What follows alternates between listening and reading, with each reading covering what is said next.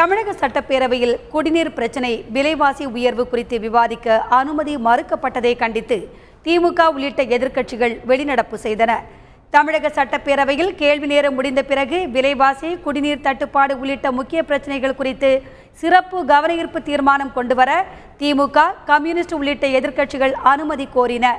இதற்கு பேரவைத் தலைவர் அனுமதி மறுத்ததை தொடர்ந்து திமுக, புதிய தமிழகம், தேமுதிக, கம்யூனிஸ்ட் உள்ளிட்ட எதிர்க்கட்சிகளின் உறுப்பினர்கள் அவையிலிருந்து வெளிநடப்பு செய்தனர்.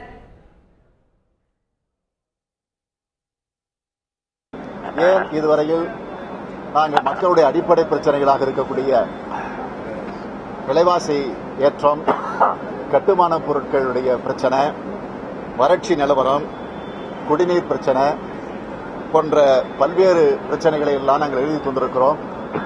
எனவே அதில் ஏதாவது ஒன்றை நீங்கள் எடுத்துக்கொள்ள வேண்டும் என்று நாங்கள் சபாநாயகரிடத்தில் வற்புறுத்தினோம். இல்லை பரிசீலனையில் இருக்கிறது, பிறகு பார்க்கலாம் என்று சொல்லி தட்டி கழித்துக் கொண்டிருக்கிறாரே தவிர எங்களுக்கு அந்த வாய்ப்பு வழங்கப்படவில்லை. முதலமைச்சர் அவர்களை புகழ் பாடுவதிலேயே, துதி பாடுவதிலேயே இந்த சட்டமன்றம் நடந்து கொண்டிருக்கிறது. எனவே இதை கண்டிக்கக்கூடிய வகையில் நாங்கள் வெளிநடப்பு செய்திருக்கிறோம்.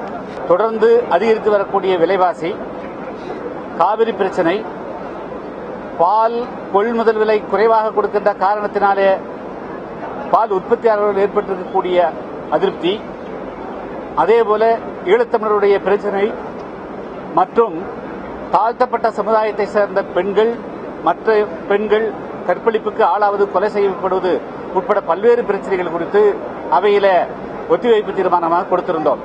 இன்று காலையில் அவைத்தலைவருடைய இருக்கைக்கு சென்று இன்று நாங்கள் இதுபோன்ற பிரச்சனைகளை நாங்கள் எழுப்பவிருக்கிறோம். குறிப்பாக விலைவாசி உட்பட பல்வேறு பிரச்சனைகளை எழுப்ப இருக்கிற அனுமதி கேட்டோம்.